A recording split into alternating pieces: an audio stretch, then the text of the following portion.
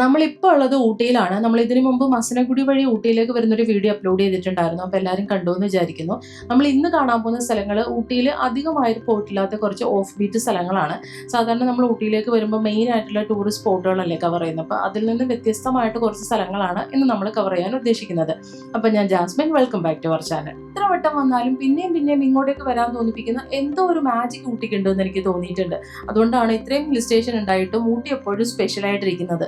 നമ്മൾ പലപ്പോഴും വരുമ്പോഴും പുതിയ പുതിയ സ്ഥലങ്ങൾ എക്സ്പ്ലോർ ചെയ്യാൻ വേണ്ടിയിട്ട് ശ്രമിക്കാറുണ്ട്. ഇപ്രാവശ്യം അതുപോലെ തന്നെ കുറച്ച് പല സ്ഥലത്ത് വായിച്ച് കേട്ടതും അല്ലെങ്കിൽ റീൽസിൽ കണ്ട സ്ഥലങ്ങളൊക്കെ സേവ് ചെയ്തിട്ടാണ് നമ്മൾ വന്നിരിക്കുന്നത്.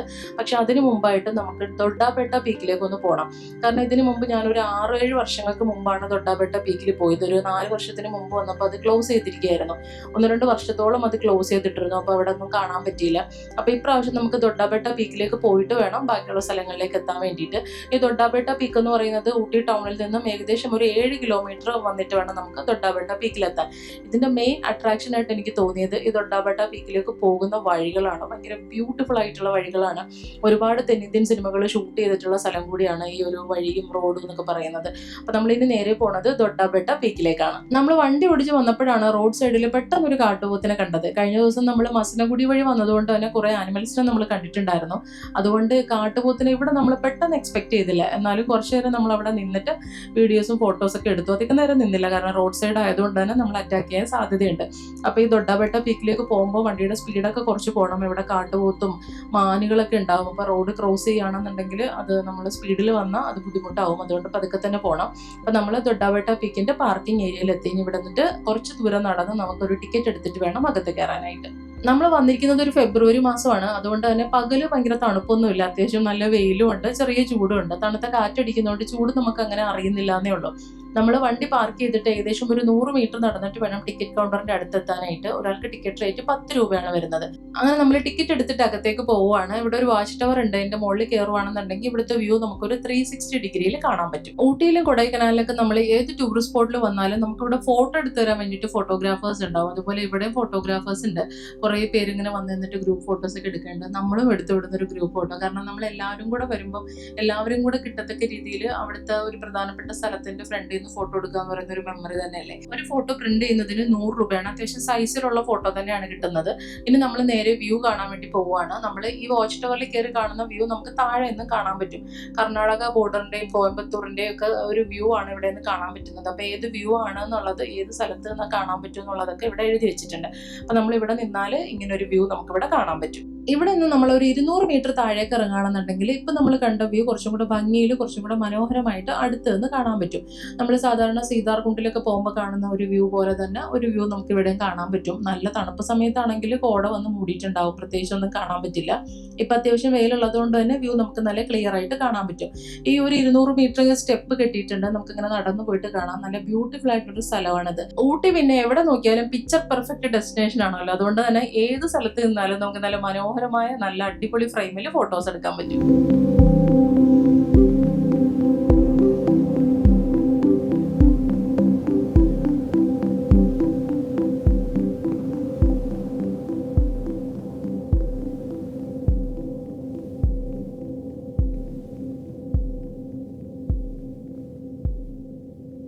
അവിടുത്തെ കാഴ്ചകളൊക്കെ കണ്ടു കഴിഞ്ഞിട്ട് നമ്മൾ നേരെ വാച്ച് ടവറിലേക്ക് കയറുവാണ്. ഇവിടെ നമുക്ക് കാണാനുള്ളത് അവിടെ കണ്ട വ്യൂ തന്നെയാണ്, വേറൊരു ആംഗിളിൽ നമുക്ക് കാണാൻ പറ്റും എന്നുള്ളതേ ഉള്ളൂ. നമ്മൾ ഇവിടെ വരാൻ പറ്റിയ സമയം എന്ന് പറയുന്നത് മോർണിംഗും ഈവനിങ്ങും ആണ്. ഉച്ച സമയത്ത് വരാതിരിക്കാൻ നോക്കുക, ഭയങ്കര വെയിലാണ്.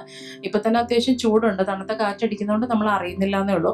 പിന്നെ ഇവിടെ സ്നാക്സും ചായയൊക്കെ കുടിക്കാൻ വേണ്ടിയിട്ടുള്ള കടകളൊക്കെ ഉണ്ട്. അപ്പോൾ അവിടെ നിന്ന് വേണമെങ്കിൽ നമുക്ക് സ്നാക്സ് ഒക്കെ കഴിക്കാവുന്നതാണ്. വാച്ച് ടവറിന്റെ മുകളിൽ നിൽക്കുമ്പോൾ നമ്മൾ നേരത്തെ കണ്ടൊരു വ്യൂ മാത്രമല്ല, ഈ ഒരു വാച്ച് ടവറിന്റെ ചുറ്റിലുമുള്ള കാഴ്ചകളും കൂടെ നമുക്ക് കാണാം. ഒരു 360 ഡിഗ്രിയിലുള്ള കാഴ്ചകൾ നമുക്ക് ഇവിടെ നിന്ന് ആസ്വദിക്കാൻ പറ്റും. ദൊഡ്ഡാപേട്ട പീക്കിലെ കാഴ്ചകളൊക്കെ കണ്ടു കഴിഞ്ഞിട്ട് ഇനി നമ്മൾ അടുത്ത സ്ഥലത്തേക്ക് പോവുകയാണ്. അപ്പോൾ വാച്ച് ടവർ ഇറങ്ങി വരുന്ന വഴിയിൽ തന്നെ ഇതുപോലുള്ള കുറെ കടകൾ കാണും. അപ്പോൾ ഇവിടെ നമുക്ക് എന്തെങ്കിലും വേണമെന്നുണ്ടെങ്കിൽ വാങ്ങിക്കാം. സാധാരണ ടൂറിസ്റ്റ് സ്പോട്ടുകളിൽ കണ്ടുവരുന്ന സാധനങ്ങളെല്ലാം തന്നെ നമുക്ക് ഇവിടെ നിന്ന് വാങ്ങിക്കാൻ പറ്റും.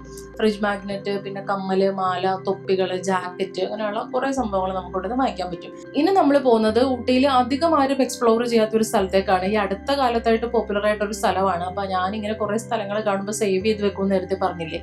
അതുപോലെ സേവ് ചെയ്ത് വെച്ച പ്ലേസിൽ ഒരു സ്ഥലമാണിത്. ഹങ്കർഫോർഡ് എസ്റ്റേറ്റ് എന്നാണ് ഈ എസ്റ്റേറ്റിന്റെ പേര്. ഞാൻ നേരത്തെ പലതവണ ഊട്ടിയിൽ വന്നിട്ടുണ്ടെങ്കിലും ഇങ്ങനൊരു സ്ഥലത്ത് ഞാൻ പോയിട്ടില്ല. അപ്പോൾ നമ്മൾ ആദ്യമായിട്ടാണ് പോകാൻ പോകുന്നത്. അപ്പോൾ എനിക്ക് ഭയങ്കര എക്സൈറ്റ്മെന്റ് ആയിട്ടാണ് ഞാൻ ഇരിക്കുന്നത്. കാരണം പുതിയൊരു സ്ഥലം കവർ ചെയ്യുകയാണല്ലോ. ഊട്ടിയിൽ ഇതുപോലുള്ള ചെറുതും വലുതുമായിട്ടുള്ള ഒത്തിരി സ്ഥലങ്ങളുണ്ട്. കുറച്ചും കൂടെ ഈ ടൗണിൽ നിന്ന് വിട്ട് നമ്മൾ യാത്ര ചെയ്യണമെന്ന് മാത്രമേ ഉള്ളൂ. ഒരു 10 കിലോമീറ്റർ ഒക്കെ സഞ്ചരിച്ച് അങ്ങോട്ടോ ഇങ്ങോട്ടൊക്കെ പോവുകയാണെന്നുണ്ടെങ്കിൽ ഒരുപാട് നല്ല സ്ഥലങ്ങൾ നമുക്ക് കാണാൻ പറ്റും. ഒരുപാട് കാർഷിക ഗ്രാമങ്ങൾ നമുക്ക് കാണാൻ പറ്റും. സാധാരണ നമ്മൾ ഊട്ടിയിലൊക്കെ വരുമ്പോൾ ക്യാരറ്റ്, കുക്കുംബർ, ക്യാബേജ് ഒക്കെ നമ്മൾ കാണത്തില്ല വിൽക്കുന്നത്. അതൊക്കെ നമുക്ക് നേരിട്ട് കൃഷി ചെയ്യുന്നത് കാണാൻ പറ്റും. അങ്ങനെയുള്ള ഒരുപാട് ഗ്രാമങ്ങൾ ഇവിടെ ഉണ്ട്. അപ്പം നമുക്ക് ഒരു ദിവസമോ 2 ദിവസമൊക്കെ ഇവിടെ സ്പെൻഡ് ചെയ്യുകയാണെന്നുണ്ടെങ്കിൽ ഇതുപോലുള്ള ചെറിയ ചെറിയ ഗ്രാമങ്ങളൊക്കെ കണ്ടുപോകാം. അപ്പം ഇനി നമ്മൾ നേരെ പോകുന്നത് ഹങ്കർഫോർഡ് എസ്റ്റേറ്റിലേക്കാണ്. ഈ ഹങ്കർഫോർഡ് എസ്റ്റേറ്റ് എന്ന് പറയുന്നത് ഒരു പ്രൈവറ്റ് എസ്റ്റേറ്റ് ആണ്. അതുകൊണ്ട് അകത്ത് കയറ്റി വിടുമോ എന്നുള്ളത് ഒരു 50-50 ചാൻസ് ആണ്. ചില സമയങ്ങളിൽ അവർ അകത്ത് കയറ്റി വിടും, ചിലപ്പോൾ കയറ്റി വിടില്ല. എന്തായാലും നമുക്ക് ചെന്ന് നോക്കിയാലേ അറിയാൻ പറ്റുള്ളൂ. ഈ സ്പോട്ട് വരുന്നത് ഊട്ടിയിൽ നിന്ന് മസനഗുഡിക്ക് പോകുന്ന വഴിക്ക് ഒരു 10 കിലോമീറ്റർ കഴിയുമ്പോഴാണ്. നമുക്ക് മാപ്പ് ഇടുവാണെന്നുണ്ടെങ്കിൽ കറക്റ്റായിട്ട് എത്താൻ പറ്റും. പിന്നെ സൈൻ ബോർഡും ഉണ്ടായിരിക്കും. അങ്ങനെ നമ്മൾ ഹങ്കർഫോർഡ് എസ്റ്റേറ്റിൽ എത്തിയിരിക്കുകയാണ്. പക്ഷെ നമ്മൾ സംശയിച്ച പോലെ തന്നെ നമ്മൾ അകത്തേക്ക് കടത്തി വിട്ടില്ല. ഇവിടെ കുറച്ച് ലയങ്ങളൊക്കെ ഉണ്ട്. അപ്പം ഞാൻ അവിടെ പോയിട്ട് ഇവിടുത്തെ വാച്ച്മാനെയൊക്കെ അന്വേഷിച്ചു. നമ്മൾ വന്നപ്പോൾ ഇവിടെ ആരും തന്നെ ഇല്ല. ജസ്റ്റ് ഇങ്ങനെ പൂട്ടിക്കിടക്കുന്ന ഒരു എസ്റ്റേറ്റ് ആണ്. നമ്മൾ വാഗമണിൽ പോകുമ്പം ലാൻഡ്രം എസ്റ്റേറ്റിൽ പോയിട്ടുണ്ടായിരുന്നു. അപ്പോൾ അതുപോലത്തെ ഒരു ഭയങ്കര ഭംഗിയുള്ള ഒരു എസ്റ്റേറ്റ് ആണ് നമുക്ക് കാണാൻ പറ്റുന്നത്. അപ്പോൾ എങ്ങനെയെങ്കിലും ഒന്ന് അകത്ത് കയറാൻ വേണ്ടിയിട്ട് ഞാൻ ഈ ലയങ്ങളിലുള്ള അണ്ണന്മാരുടെ അടുത്തൊക്കെ പോയി ചോദിച്ചു. പക്ഷെ അവിടെ ചെന്നപ്പോൾ അണ്ണന്മാരല്ല, അവിടെ ഉള്ളത് ഭായിമാരാണ്. അപ്പോൾ അവരുടെ അടുത്ത് അറിയാവുന്ന കുറേ ഹിന്ദിയിലൊക്കെ ഞാൻ പറഞ്ഞു നോക്കി അകത്തേക്ക് കടത്തി വിടുമോ എന്നൊക്കെ ചോദിച്ചു. അപ്പോൾ അവർ പറഞ്ഞ റീസെൻ്റ് ആയിട്ടാണ് ക്ലോസ് ചെയ്തത്. ക്ലോസ് ചെയ്യാനുണ്ടായ കാരണം ഇവിടെ ഒരുപാട് ബസ്സിലും വാനിലും ഒക്കെ ആൾക്കാർ, ടൂറിസ്റ്റ് സ്പോട്ട് പോലെ ആൾക്കാർ വന്നു. നമ്മൾ ഈ ഊട്ടിയിലെ മെയിൻ സ്ഥലത്തിലേക്ക് പോകുന്ന പോലെ തന്നെ. നമ്മളെപ്പോലെ ചെറിയ വണ്ടികളിലോ അല്ലെങ്കിൽ ബൈക്കിലൊക്കെ വന്നതാണെങ്കിൽ അത്രയധികം നോട്ടീസ് ചെയ്യത്തില്ല. പക്ഷെ വലിയ വണ്ടിയിൽ ഒരുപാട് കൗണ്ട് ആൾക്കാർ വരുമ്പോൾ എന്തായാലും അത് നോട്ടീസ് ചെയ്തു. അങ്ങനെ ആരോ കംപ്ലൈന്റ് കൊടുത്തു. ഇവിടെ റിസർവ്ഡ് ഫോറസ്റ്റ് ആണ് ആക്ച്വലി. അതുകൊണ്ട് തന്നെ അകത്തേക്ക് ആരെയും കടത്തിവിടാൻ പാടില്ലായിരുന്നു. പക്ഷെ ആൾക്കാർ വരുന്നത് കൊണ്ട് തന്നെ ചെറിയൊരു ഫീസ് ഈടാക്കിക്കൊണ്ട് ആൾക്കാർ അകത്തേക്ക് കടത്തി വിട്ടിരുന്നതാണ്. പക്ഷെ ഇപ്പം കോടതിയുടെ സ്റ്റേ ഉള്ളതുകൊണ്ട് തന്നെ ഇവിടെ ഒരു ബോർഡ് വെച്ചിട്ടുണ്ട്, ഇതൊരു റിസർവ് ഫോറസ്റ്റ് ആണ്, അതുകൊണ്ട് അനധികൃതമായി അകത്തേക്ക് കടക്കുന്നത് ശിക്ഷാർഹമാണ്. അപ്പോൾ ഇനി നമ്മൾ എങ്ങനെ വിചാരിച്ചാലും അകത്തേക്ക് കടക്കാൻ പറ്റില്ല. പക്ഷെ എന്നിരുന്നാലും ഇവിടം വരെ വരുന്നത് വെറുതെ വിസിറ്റ് തന്നെയാണ്. ഭയങ്കര ബ്യൂട്ടിഫുൾ ആയിട്ടുള്ള ഒരു എസ്റ്റേറ്റ് ആണ് നമുക്ക് ഇവിടെ നിന്ന് കാണാൻ പറ്റുന്നത്. പിന്നെ കാമാൻ ക്വൈറ്റ് ആയിട്ടുള്ള ഒരു പ്ലേസ് ആണ്. അപ്പോൾ കുറേ നേരം നമുക്ക് ഫ്രണ്ട്സും ഫാമിലിയൊക്കെ ആയിട്ട് ഇവിടെ ഇങ്ങനെ സ്പെൻഡ് ചെയ്തിട്ട് നമുക്ക് തിരിച്ചു പോകാം. നമ്മളിവിടെ കുറച്ച് നേരം സ്പെൻഡ് ചെയ്ത് കുറച്ച് ഫോട്ടോസും വീഡിയോസ് ഒക്കെ എടുത്തിട്ട് നമ്മളിനി തിരിച്ചു പോവുകയാണ്. നമ്മൾ ഈ ഹങ്കർഫോർഡ് എസ്റ്റേറ്റിൽ നിന്ന് നേരെ മെയിൻ റോഡിലേക്ക് കയറുമ്പോൾ ആ റോഡ് മുതൽ ഊട്ടി ടൗൺ വരെ കുറേ സ്ഥലങ്ങൾ നമുക്ക് കാണാനുണ്ട്. ഷൂട്ടിംഗ് പോയിന്റ് ഒക്കെ നമുക്ക് ഈ വഴിക്കാണ് വരുന്നത്. അപ്പോൾ അതും കൂടെ വേണമെങ്കിൽ കവർ ചെയ്യാം. നമ്മൾ ഓൾറെഡി പോയ സ്ഥലം ആയതുകൊണ്ട് ഇനി അങ്ങനെയൊക്കെ പോണില്ല. ഇനി നമ്മൾ പോകുന്നത് കെയിൻ ഹിൽ ഫോറസ്റ്റ് എന്ന് പറയുന്ന ഒരു സ്ഥലത്തേക്കാണ്. ഊട്ടി ടൗണിൽ നിന്നും ഏകദേശം ഒരു 3 കിലോമീറ്റർ ആണ് കെയിൻ ഹിൽ ഫോറസ്റ്റിലേക്കുള്ള ദൂരം. കെയിൻ ഹിൽ ഫോറസ്റ്റിലേക്ക് പോകുന്ന വഴിക്ക് ഊട്ടി ടൗണിന് അടുത്തായിട്ട് തന്നെ നമ്മൾ വരുന്ന വഴിക്ക് ഒരു പച്ചക്കറി കട കണ്ട് നിർത്തിയതാണ്. നല്ല ഫ്രഷ് വെജിറ്റബിൾസ് ആണ്, ഫാമിൽ നിന്ന് ഡയറക്റ്റ് ആയിട്ട് കൊണ്ടുവരുന്നതാണ്. പക്ഷേ വില നമ്മുടെ നാട്ടിലെ വില തന്നെ ഉണ്ട്. അപ്പോൾ എന്നിരുന്നാലും നല്ല ഫ്രഷ് സാധനം കിട്ടുമല്ലോ എന്ന് ഓർത്തിട്ട് നമ്മൾ ഇറങ്ങിയതാണ്. നമ്മൾ ഇവിടെ ഇറങ്ങിയിട്ട് കുറച്ച് വെജിറ്റബിൾസ് ഒക്കെ വാങ്ങിച്ചു. ഇനി നമ്മൾ നേരെ പോകുന്നത് കെയിൻ ഹിൽ ഫോറസ്റ്റിലേക്കാണ്. ഊട്ടി ടൗണിനോട് ചേർന്ന് കിടന്നിട്ട് പോലും അധികം ആരും എക്സ്പ്ലോർ ചെയ്യാത്ത ഒരു ബ്യൂട്ടിഫുൾ ഡെസ്റ്റിനേഷൻ ആണ് കെയിൻ ഹിൽ ഫോറസ്റ്റ്. നമ്മൾ ഇങ്ങോട്ട് കയറി വരുമ്പോൾ തന്നെ ഭയങ്കര വലിയൊരു കാട്ടിലേക്ക് കയറിയ പോലെയാണ് തോന്നുന്നത്. ആകെ പക്ഷികളുടെ ശബ്ദവും ഈ ഒരു കാറ്റടിക്കുമ്പോൾ ഇലകൾക്ക് ഉണ്ടാവുന്ന ശബ്ദവും മാത്രമാണ് ഇവിടെ ഉള്ളത്. ഈ ഒരു അടുത്ത് ടൗൺ ഉണ്ടായിട്ട് പോലും അതിൻ്റെ ഹോൺ അടിയോ ബഹളങ്ങളോ ഒന്നും തന്നെ നമുക്ക് കേൾക്കാൻ പറ്റത്തില്ല. നമ്മൾ കയറി വരുമ്പോൾ തന്നെ ഒരു വലിയ ഗാർഡനും 1-2 കോട്ടേജുകളൊക്കെ കാണാം. ഇത് നമുക്ക് പബ്ലിക്കിന് അലൗഡ് അല്ല, ഗവൺമെൻറ് ഉദ്യോഗസ്ഥർക്ക് ബുക്ക് ചെയ്തിട്ട് വന്ന് താമസിക്കാൻ പറ്റും. അത് എങ്ങനത്തെ കാറ്റഗറി ആണെന്നുള്ളത് എനിക്ക് അറിയത്തില്ല. ഇവിടെ ചോദിച്ചപ്പോൾ അവർ അങ്ങനെ പറഞ്ഞത്. അപ്പം നമുക്ക് ടിക്കറ്റ് എടുക്കണം. ടിക്കറ്റ് റേറ്റ് വരുന്നത് ഒരാൾക്ക് 20 രൂപയും കുട്ടികൾക്ക് 10 രൂപയുമാണ്. ക്യാമറയ്ക്ക് 50 രൂപയാണ് റേറ്റ്.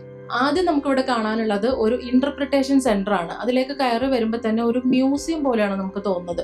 കുറേ ആനിമൽസിന്റെ സ്റ്റഫ് ചെയ്ത് വെച്ചിരിക്കുന്നത് കാണാൻ പറ്റും. ഇത് ഒറിജിനൽ ആനിമൽസിന്റെ പാർട്സ് ഒക്കെ ആണെന്നാണ് പറയുന്നത്. പിന്നെ ഇതിനകത്തുള്ളത് നീലഗിരി ജില്ലയുടെ അതിന്റെ സ്പെഷ്യാലിറ്റി, പിന്നെ ഈ വെസ്റ്റേൺ ഗട്ട്സിൽ എന്തൊക്കെ പക്ഷികളുണ്ട്, എന്തൊക്കെ മൃഗങ്ങളുണ്ട്, അവരുടെ ഡീറ്റെയിൽസും കാര്യങ്ങളൊക്കെ അതിനകത്ത് ഡിസ്പ്ലേ ചെയ്തിട്ടുണ്ട്. ആക്ച്വലി ഈ കെയിൻ ഹിൽ ഫോറസ്റ്റ് എന്ന് പറയുന്നത് പണ്ട് കാലത്ത് ആദിവാസികൾ മാത്രം താമസിച്ചിരുന്ന ഒരു സ്ഥലമായിരുന്നു. പിന്നീട് അവരുടെ മരണശേഷം അവരെ അടക്കം ചെയ്തതും എല്ലാം ഇവിടെ തന്നെയാണ്. പിന്നെ കുറേ കാലങ്ങൾക്ക് ശേഷം ബ്രിട്ടീഷുകാർ വന്ന് ഈ സ്ഥലം കയ്യേറുകയും പിന്നെ ഇവിടെ കുറേ മരങ്ങൾ അവർ വെച്ചുപിടിപ്പിക്കുകയും ചെയ്തു. മെയിനായിട്ട് പൈൻ മരങ്ങളാണ് വെച്ചുപിടിപ്പിച്ചത്.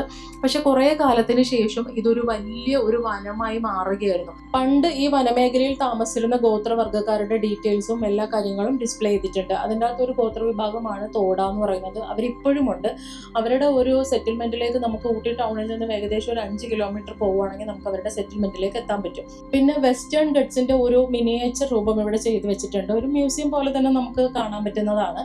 ഈ തമിഴ്നാടിന്റെ സംസ്ഥാന മൃഗമാണ് വരയാട്. അപ്പോൾ ഒരു വരയാടിനെയും പിന്നെ മങ്കിയെയും അങ്ങനെയുള്ള സംഭവങ്ങളൊക്കെ ഇവർ ചെയ്തു വെച്ചിട്ടുണ്ട്. ഇതാണ് ഈ ഒരു ഇന്റർപ്രിട്ടേഷൻ സെന്ററിൽ നമുക്ക് കാണാനുള്ളത്. നമുക്ക് ഇനി ഇവിടെ കാണാനുള്ളത് ഒരു വാച്ച് ടവറും ഹാങ്ങിങ് ബ്രിഡ്ജുമാണ്. പക്ഷേ വാച്ച് ടവറിലേക്ക് ഇന്ന് എനിക്ക് പോകാനുള്ള സമയമില്ല. ഞാൻ ഓൾറെഡി വാച്ച് ടവറിൽ പോയിട്ടുള്ളതാണ്. ഇവിടെ നിന്ന് ഏകദേശം ഒരു കിലോമീറ്ററോളം കാട്ടിലൂടെ നടന്നിട്ട് വേണം നമുക്ക് ഈ വാച്ച് ടവറിലേക്ക് എത്താനായിട്ട്. അവിടെ ചെന്നിട്ട് വാച്ച് ടവറിൽ നിന്നുള്ള കാഴ്ചകളൊക്കെ ഭയങ്കര അടിപൊളിയാണ്.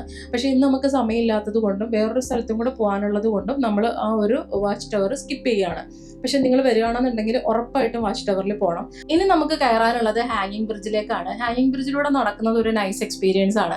ഇവിടെ ഹാങ്ങിങ് ബ്രിഡ്ജ് കൊടുത്തിരിക്കുന്നത് പൈൻ മരങ്ങളുടെ ഇടയിലൂടെ പ്ലാറ്റ്ഫോം കെട്ടിയിട്ട് അതിന്റെ 2 സൈഡിലായിട്ടും ഒരു കമ്പി വേലി പോലെ കെട്ടിയിട്ട് സെക്യൂർ ചെയ്തിട്ടുണ്ട്. അതിന്റെ അകത്തുകൂടെ നടന്ന് നമുക്ക് ഈ പൈൻ മരങ്ങളുടെ ഇടയിലൂടെ നടക്കാം. അതൊരു ഡിഫറെന്റ് എക്സ്പീരിയൻസ് ആണ്. നമുക്കിനി ഹാങ്ങിങ് ബ്രിഡ്ജിലേക്ക് കയറാം.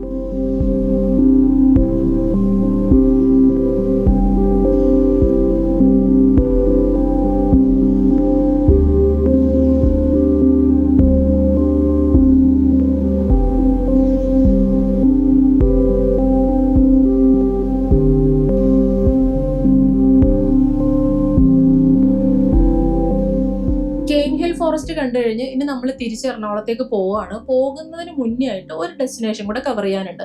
അത് നമ്മൾ പോകുന്ന വഴിക്ക് തന്നെയാണ്. ഊട്ടിയിൽ നിന്ന് ഏകദേശം ഒരു 32 കിലോമീറ്റർ പോവുകയാണെങ്കിൽ നമുക്ക് ഈ ഒരു ഡെസ്റ്റിനേഷനിൽ എത്താം. കോയമ്പത്തൂരിൽ നിന്ന് ഏകദേശം 2 മണിക്കൂറാണ് ഈ ഒരു ഡെസ്റ്റിനേഷനിലേക്കുള്ള ദൂരം വരുന്നത്. സ്ഥലത്തിന്റെ പേര് കൊതഗിരി എന്നാണ്. കുറച്ച് പേരെങ്കിലും ഇവിടെ പോയിട്ടുണ്ടാവും. ഭയങ്കര ബ്യൂട്ടിഫുൾ ആയിട്ടുള്ള ഒരു സ്ഥലമാണ്. ആക്ച്വലി നീലഗിരി ജില്ലയിലെ ആദ്യത്തെ ഹിൽ സ്റ്റേഷൻ ആണ് ഈ കൊതഗിരി എന്ന് പറയുന്നത്. ഒരുപാട് തേയിലത്തോട്ടങ്ങളും ഭയങ്കര കാണാൻ ഭംഗിയുള്ള കുറേ സ്ഥലങ്ങളും വെള്ളച്ചാട്ടങ്ങളും ഒക്കെ ആയിട്ട് ഭയങ്കര ബ്യൂട്ടിഫുൾ ആയിട്ടുള്ള ഒരു സ്ഥലമാണ്.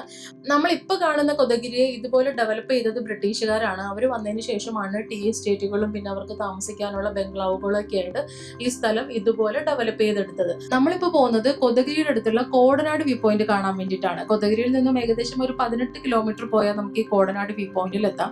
ഈ കോടനാട് എന്ന് പറയുന്ന സ്ഥലം ഭയങ്കര ഒരു പ്രസിദ്ധമായ സ്ഥലമാണ്. കാരണം തമിഴ്നാട്ടിലെ മുൻ മുഖ്യമന്ത്രി ജയലളിതയുടെ സമ്മർ പാലസ് ഉണ്ടായിരുന്നത് കോടനാടാണ്.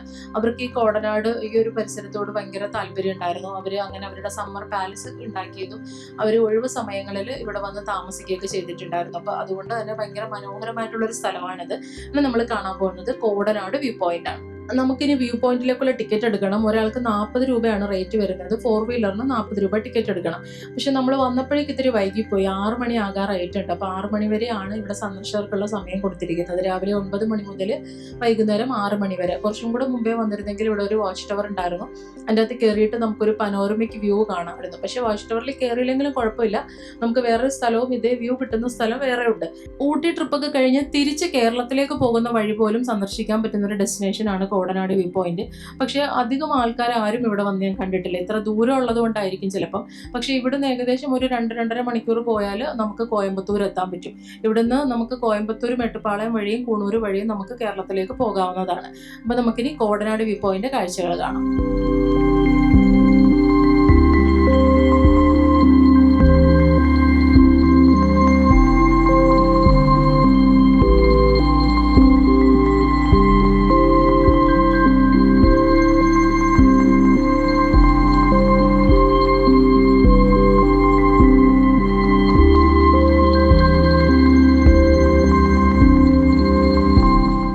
സൺസെറ്റും സൺറൈസും കാണാൻ പറ്റുന്ന ഒരു അടിപൊളി സ്ഥലം കൂടിയാണ് കോടനാട് വ്യൂ പോയിന്റ്. പക്ഷേ വരുമ്പോൾ ഈ ഫെബ്രുവരി മാർച്ച് സമയങ്ങളിൽ വരണമെന്ന് മാത്രം.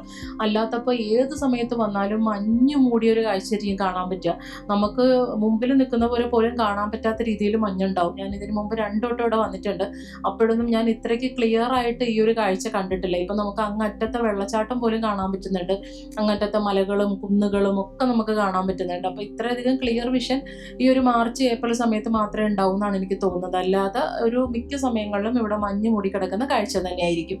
നമ്മുടെ ഊട്ടി യാത്രയുടെ അവസാനിക്കുകയാണ്. കുറച്ചധികം നല്ല സ്ഥലങ്ങൾ ഈ ഒരു യാത്രയിൽ ഞാൻ ഇൻക്ലൂഡ് ചെയ്തിട്ടുണ്ട്. അപ്പോൾ നിങ്ങൾക്ക് എല്ലാവർക്കും ഈ യാത്രയും ഈ സ്ഥലങ്ങളും ഒക്കെ ഇഷ്ടമായി എന്ന് വിചാരിക്കുന്നു. വീഡിയോ ഇഷ്ടമായി എന്നുണ്ടെങ്കിൽ എപ്പോഴും പറയുന്ന പോലെ ഒരു ലൈക്ക് തരണം. നിങ്ങൾ ഈ സ്ഥലങ്ങളിലൊക്കെ പോയിട്ടുള്ളവരാണെന്നുണ്ടെങ്കിൽ നിങ്ങളുടെ എക്സ്പീരിയൻസ് കൂടി ഒന്ന് ഷെയർ ചെയ്തേക്കണം. ഊട്ടിയിൽ ഇനിയും കുറേ സ്ഥലങ്ങൾ കാണാനുണ്ട്. അത് നമുക്ക് ഇനി വരുമ്പോൾ എക്സ്പ്ലോർ ചെയ്യാം. അപ്പോൾ ഈ വീഡിയോ എല്ലാവർക്കും ഇഷ്ടപ്പെട്ടു എന്ന് വിചാരിക്കുന്നു. ഈ ചാനൽ ഇതുവരെ സബ്സ്ക്രൈബ് ചെയ്യാതെയാണ് വീഡിയോ കാണുന്നുണ്ടെങ്കിൽ ഒന്ന് സബ്സ്ക്രൈബ് ചെയ്തേക്കണേ. അപ്പോൾ നമുക്ക് അടുത്ത വീഡിയോയിൽ കാണാം. ബൈ.